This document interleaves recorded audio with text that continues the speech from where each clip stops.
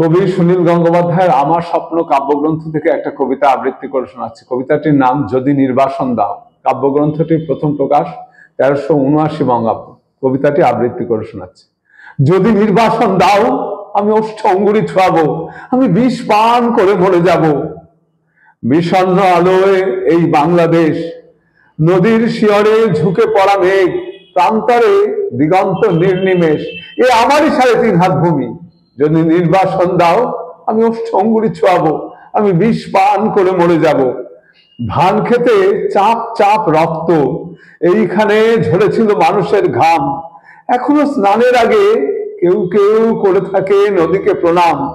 এখনো নদীর বুকে মোচার খোলায় ভরে লুঠেরা ফেরারি।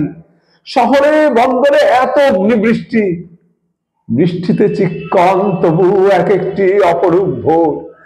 বাজারে ক্রূরতা, গ্রামে রণহিংসা, বাতাবি লেবুর গাছে জোনাকির ঝিকমিক খেলা। বিশাল প্রাসাদে বসে কাপুরুষতার মেলা, বুলেট ও বিস্ফোরণ, শট তঞ্চকের এত ছদ্মবেশ। রাত্রির শিশিরে তবু কাঁপে ঘাস ফুল, এ আমারই 3.5 হাত ভূমি। যদি নির্বাসন দাও, আমি ওষ্ঠ অঙ্গুরি ছোঁয়াবো, আমি বিষ পান করে মরে যাব। কুয়াশার মধ্যে এক শিশু যায় ভোরের স্কুলে, নিথর দিঘির পাড়ে বসে আছে বক। আমি কি ভুলেছি সব স্মৃতি, তুমি এত প্রতারক?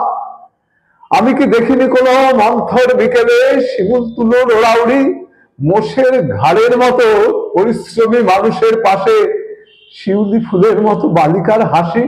নিইনি কি খেজুর রসের ঘ্রাণ, শুনিনি কি দুপুরে চিলের তীক্ষ্ণ স্বর? বিষণ্ণ আলোয় এই বাংলাদেশ, এ আমারই 3.5 হাত ভূমি। যদি নির্বাসন দাও, আমি ওষ্ঠ অঙ্গুরি ছোঁয়াবো, আমি বিষ পান করে মরে যাব।